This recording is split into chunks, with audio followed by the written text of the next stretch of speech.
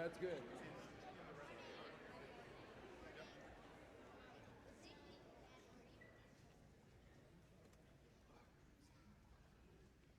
Well, that was good. Welcome, First Evangelical Free Church. We are gathering today for the purpose of worshiping God, and we're going to do that by singing and by prayer and by reading and teaching His Word. If you're visiting with us today, welcome. We're glad you're here. I'm Don, one of the pastors here, and this is First Evangelical Free Church. The group of people gathered here is First Evangelical Free Church, and our mission is knowing God and making Him known.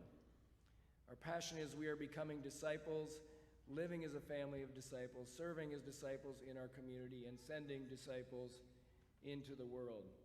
So if you are visiting or if you're a regular attender or a member, we have a connection card that is available through the QR code that is up on the screen. You can open your phone and put your camera up there, and it will read that, and you'll get our connection card. Or we have them in the back of the sanctuary, out in the foyer, a few other places.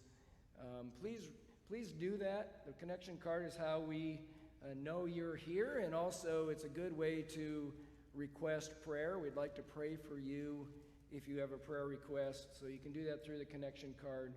You can always call the church office too with prayer requests. Ellie would be happy to visit with you about that. Well, it has been kind of a long road over this past year, or actually a little over this year, since we went through this whole pandemic thing and had to have our elders made decisions about shutting down and keeping going, and it's been great to have the elders here guiding us through that, including Andy and Paul from last year as well. And after a long consideration and careful consideration, the elders have decided that we can move up our target date for returning to normal to June 13th. So what that means is that on June 13th, we will go back to one service in here. I'm not sure if you've noticed, but there are 62 more chairs in here than there were last week. And this is pretty close to our full capacity for chairs. But beginning June 13th then, we're going to go back to one morning service. It'll be at 9 o'clock. We'll have Sunday school at 10:30. And we have summer Sunday school program starting June 6th. There'll be more on that next week. We will still have seating in the fellowship hall and in the cafe area. But we do think the time is right for us to return to normal and go back to one service. That's been our goal all along. We wanted to return to one service. The number one question I get about returning to normal is, when can we have coffee? I'm not sure what that says about us, but back to normal means coffee. So on June 13th, we plan to have coffee. It's important, though, for us to continue to have coffee, is we need to restock our rotation of volunteers for making coffee. It doesn't make itself.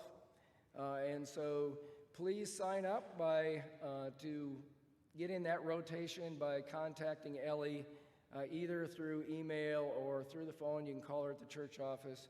She's happy to help you with that.